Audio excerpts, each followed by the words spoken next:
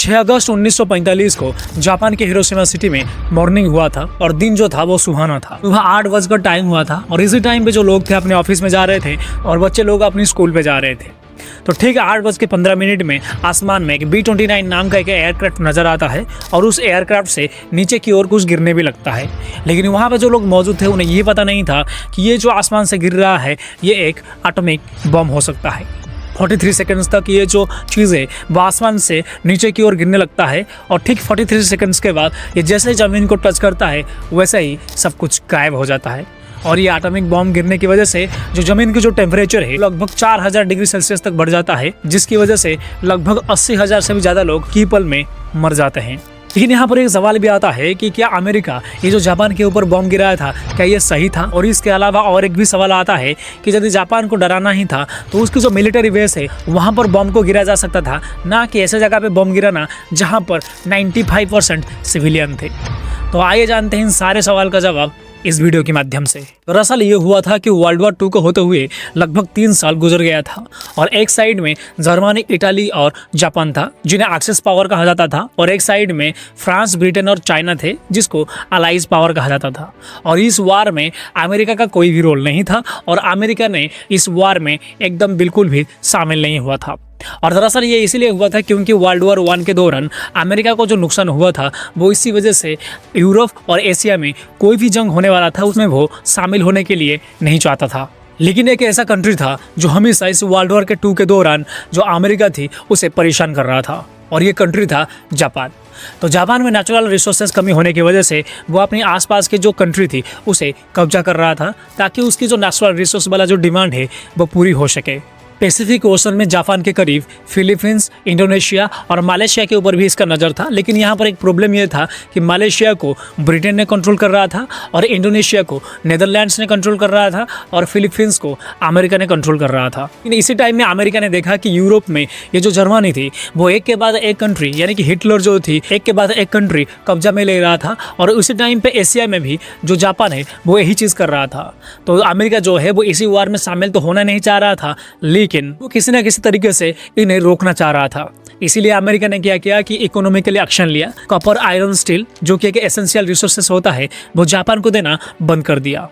और ये इसीलिए देना बंद कर दिया कि उसे लगा कि शायद जो जापान एक्सपेंशन कर रहा है वो इसे रुक जाएगा। लेकिन असल में ऐसा कुछ भी नहीं होता है।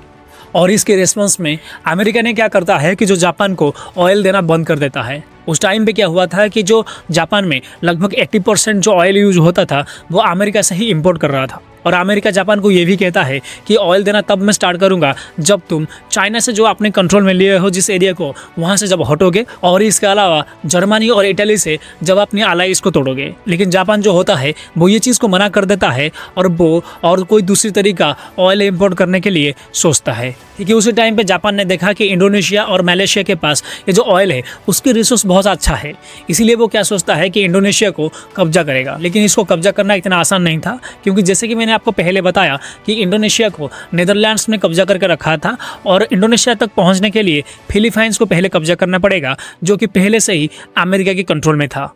लेकिन जापान को पहले से ये पता था कि यदि वो लोग फिलीपाइंस के ऊपर अटैक करते हैं तो इसके जवाब में पैसिफिक ओशन में मौजूद अमेरिका के नावल बेस जो कि पर्ल हार्बर वहाँ से अटैक किया जाएगा। लेकिन अब क्या हुआ कि जापान के पास ये जो ऑयल थी उसकी जो रिजर्व थी वो बहुत ज़्यादा खत्म हो रही थी, उनके पास बिल्कुल भी नहीं थी। मजबूरन वो लोग डिसाइड करते हैं कि अब तो अटैक करना पड़ेगा, लेकिन फिलीपाइंस के ऊपर नहीं बल्कि पर्ल हार्बर के ऊपर। तो जापान की जो मिलिट्री कमांड्स रहते हैं वो लोग ये डिसाइड करते हैं जो अमेरिका की जो नावल बेस थी पर्ल हार्बर वाला उसके ऊपर सरप्राइज अटैक करेंगे कि वो जो नावल बेस है उसे पूरी तरीके से उड़ा डालेंगे, बाद में फिलीपींस के ऊपर आसानी से कब्जा कर पाएंगे। और इसी सोच के साथ 7 दिसंबर 1941 में जापान ने सरप्राइजली और सीक्रेटली जो अमेरिका की नावल बेस पर्ल हार्बर वाला होता है उसके ऊपर 350 जापानीज एयरक्राफ्ट 2 ग्रुप में ये जो पर्ल हार्बर नावल बेस रहता है उसके ऊपर अटैक करते हैं और बम गिराते हैं। और देखते ही 2 घंटे के अंदर 19 US navy ships, 188 military aircraft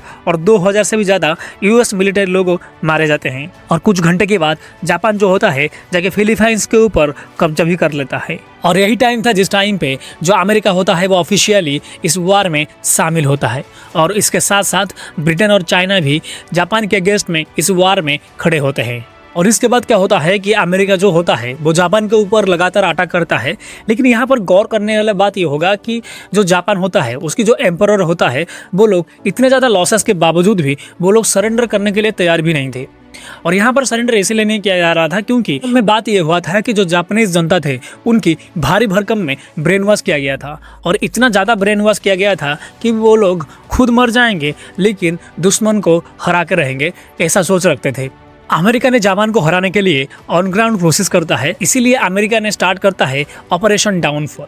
और इसके बाद अमेरिका और जापान के बीच में एक बहुत बड़ी लड़ाई भी लड़ा जाता है जो कि होता है बैटल ऑफ ओकिनावा, जो कि 1 अप्रैल 1945 से लेकर 22 जून 1945 के बीच में लड़ा जाता है। अमेरिका क्या सोचता है कि ओकिनावा आइलैंड को वो पहले कब्जा कर लेगा और इसके बाद ऑपरेशन डाउनफॉल के तहत वो जापान को सरेंडर करवाएगा। लेकिन अमेरिका की कांस्टेंट बमबारी के बावजूद भी ये जो जापान होता है वो सरेंडर होने के लिए नहीं चाहता है। इवेंचुअली क्या होता है कि ये जो अमेरिका रहता है वो ये बैटल को जीत तो लेता है लेकिन भारी भरकम की नुकसान होता है। 12,000 सोल्जर्स तो रहते हैं अमेरिका की, वो मारे गए, और इसके अलावा 50,000 जो सोल्जर्स थे वो लोग इंजोर हुए। और इसी चीज़ को देखकर अमेरिका ने यह सोचता है कि इसी तरीके से डाउनफॉल की जो ऑपरेशन है वो तो बिल्कुल भी नहीं होने वाला है, क्योंकि छोटी सी ओकिनावा आइलैंड को कब्जा करने के लिए लगभग 12,000 अमेरिकन जो आर्मी थी उन्हें हराना पड़ा था। यदि वो लोग ऐसे छोटे मोटे आइलैंड को ऐसे हराते रहेंगे तो वो लोग कितने आर्मी लॉस करेंगे। इसीलिए अमेरिका क्या सोचता है कि डायरेक्ट जापान पे अटैक करेगा। 12 अप्रैल 1945 को क्या होता है कि अमेरिका की जो प्रेसिडेंट थे फ्रैंकलिन रूजवेल्ट वो गुजर जाता है और उनकी जगह पे नया प्रेसिडेंट बन जाते हैं हैरी ट्रूमैन। और वो अलग अलग तरीका अपनाते हैं जापान के साथ ताकि जापान के साथ शांति समझौता हो सके और ये जो वार है उसे रोका जा सके। लेकिन जापान जो होता है कि हर चीज़ को मना कर देता है और सरेंडर होने के लिए बिल्कुल भी राजी नहीं होता है। आखिरकार अगस्त में ये जो अमेरिका रहता है वो जापान के खिलाफ अपनी जो आखिरी कार्ड रहता है उसे इस्तेमाल कर देता है।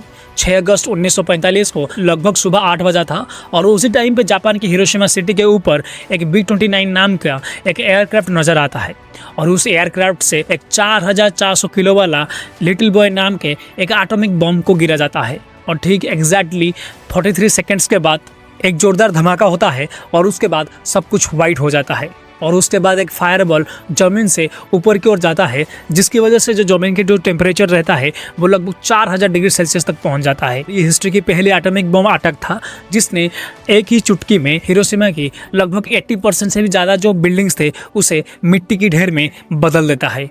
और इतना टेम्परेचर होने की वजह से जो लोग होते हैं वहाँ पे जो रहते हैं वो लोग इंस्टेंटली वेपोराइज हो जाते हैं और ये चीज़ इतना फास्ट होता है कि जो उनकी जो परछाई है वो वहीं पे रह जाता है। और जापानीज मिलिट्री लीडर्स को कुछ समझ में आए ठीक 3 दिन के बाद और एक बम यानी कि 9 अगस्त 1945 को नागासाकी के ऊपर और एक बम जिसका नाम मार्क 3 रखा गया था और उसकी कोड नेम फैटमैन था उसे गिरा दिया जाता है। लगभग 4,670 किलो वाला ये जो बम रहता है ये नागासाकी में गिरने के बाद सब कुछ सफाई कर देता है। लेकिन इस बार जो नुकसान होता है वो थोड़ा कम होता है क्योंकि इस बार लोग प्रिपेयर थे। लेकिन ये जो 2 बार जो बम गिरा जाता है इसमें जो भी लोग मरते हैं उसमें से जो 95% जो लोग थे वो आम सिविलियंस थे। और इसी अटैक के बाद जापान जो होता है वो सरेंडर कर लेता है। लेकिन यहाँ पर यह सवाल आता है कि क्या ये सही था अमेरिका की जापान के ऊपर ये बम गिराना और इतने सारे लोगों को मारना।